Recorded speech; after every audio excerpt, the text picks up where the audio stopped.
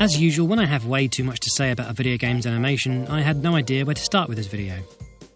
Unlike the olden days when I'd casually drop a 30-minute video about how Mario runs or something, I ain't really got the time right now to do a Mariana Trench deep dive on a series as varied and long-running as Kirby. So I'm just going to skim lightly over various aspects across the series for now, to promote pleasant public discourse about the animation of Kirby in time for his 30th anniversary. I've been watching my now 5-year-old play The Forgotten Land with such ease. I love how accessible it is, and it's just an absolute beauty to look at.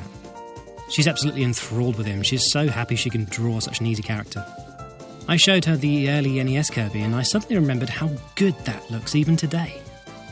I decided to research the first game again on the Game Boy, and man, I didn't realise just how little was changed between the two titles, really. The NES version is practically a straight port with added colour and the now standard copy abilities. I mean, look how good this looks. It's simple and pleasing with some little details for added flair. This simplicity, like a lot of franchises that started this early on, has remained throughout the series' evolution. Let's just do a side-by-side of the first and latest entry. Incredible. Yeah, but why is it incredible? Well, I mean, first of all, Kirby is a ball. He's every animator's first animation exercise personified. He's an utterly blank canvas to apply any and all animation principles and fundamentals to. And that's a fun thing and a daunting thing. No one likes too much freedom. I mean, there's a reason many of my animation students doodle Kirby during exercises, because he's fun to animate. One point that you could argue is a relatively easy thing to apply to Kirby is the animation principle appeal. Appeal, I find, is often the trickiest principle to really nail when it comes to animation. It doesn't have a clear or concise definition. It's often what animators refer to as the magic of animation. It's all the other principles and then some.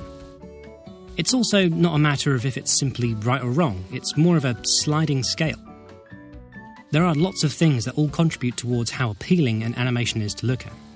I think you'd be hard-pressed to find someone, or maybe a group of people, who agree that Kirby is unappealing in his design and motion.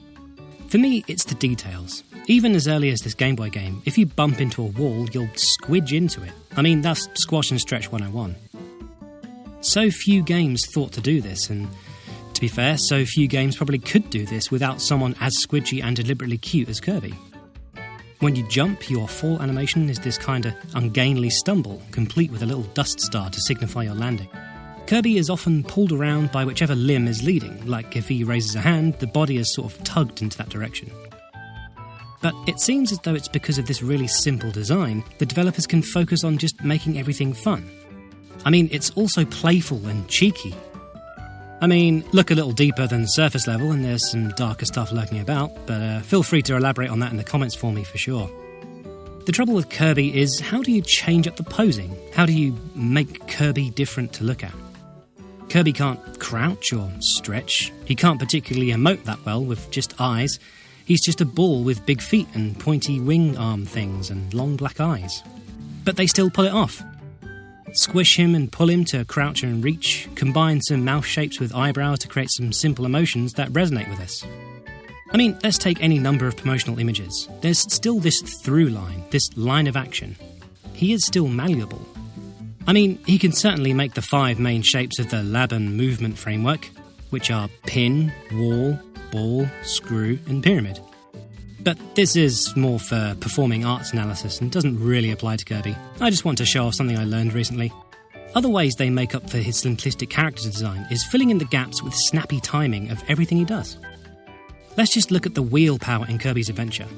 He rolls into a ball, and then turns into this forward-leaning oval which wobbles, spinning like a turbo engine, and when he turns, there's this nice angled frame. Oh man, it's just nice. It's that forward-leaning shape which lends it its energy. It's not a wheel, just like a straight-on tyre. Even as a still image, it's got this kinetic energy ready to be released. I mean, movement is snappy and responsive, but it's also characterful. Like he swims when underwater. He changes colours depending on the ability. He dances at the end of stages. By the way, I think Squeak Squad is probably my favourite version of the 2D dance. I love this particular pose, the feet sticking up at the back. Just fun, wacky stuff. Particularly in later games, the running is tight and exaggerated, with those feet in extreme positions with a very short passing position. Luckily, the limbs are seemingly disconnected from any feature in the body, so they can rotate around on Kirby's body as far as they need to, if it means creating a more dynamic pose or motion. I find the crystal shards on the N64 to be one of the less appealing Kirby games, and I can't quite pin down why. I mean, it's probably that whole teething issue of early 3D adopters, and I think things just might not be as exaggerated as before. Like, he feels a little more solid, less bouncy. Let's just take that fire sword swing, for example. Just feels a tad sluggish, particularly when comparing to this most recent example, but that's a tad unfair. But there are still really nice things, like the bizarre cutter squidginess. And just look at this damn confident walk cycle. I love how they reuse this on occasion. What's not to love? Though I think it was a sin not to include any transformation animations. It's just, boop, you got it. Actually, let's have a look at those. This is easily one of the more satisfying things Kirby games produce.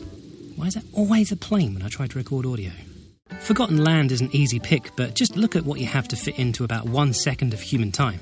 He sucks in the enemy, turns around to the camera once the power's in, the gameplay pauses and darkens and zooms in slightly, you squash flat, begin to pump back up, your new ability just snaps onto your body, and he swings his arm straight up and eases into that final triumphant pose with some lovely star particles pulsing out in a part spiral shape.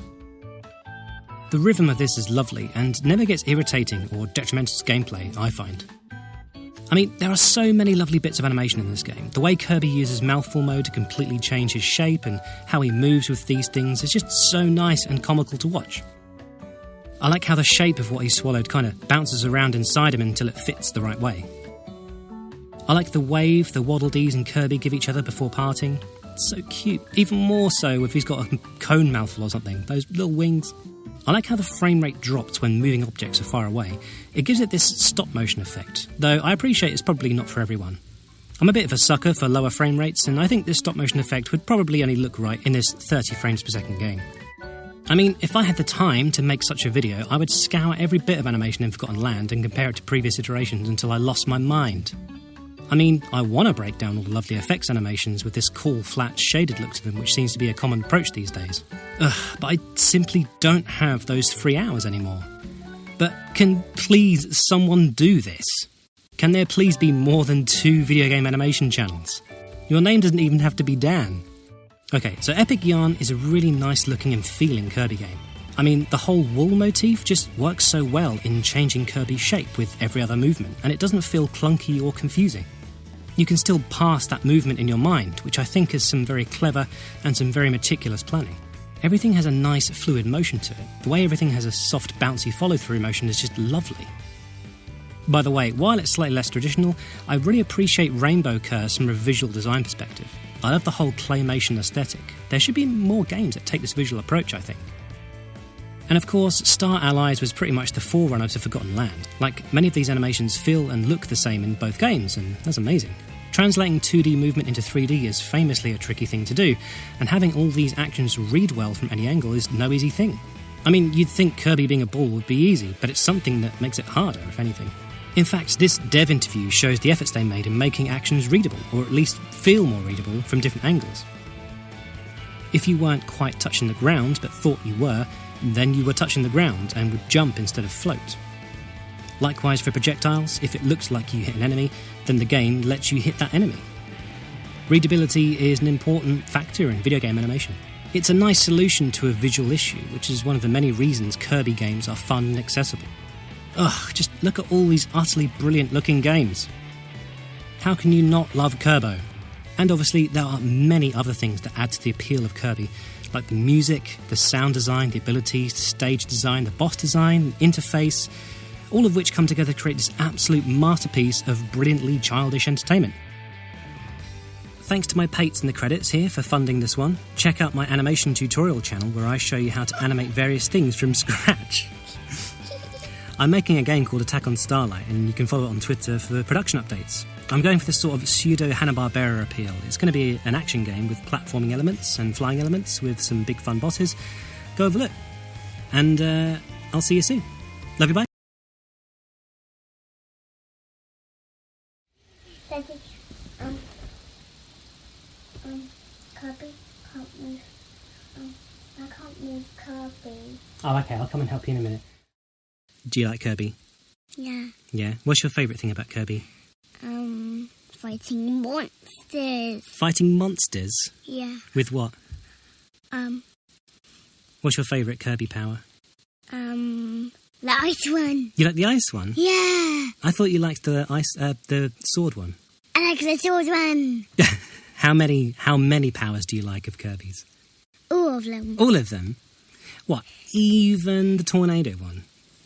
What is that? That's a button.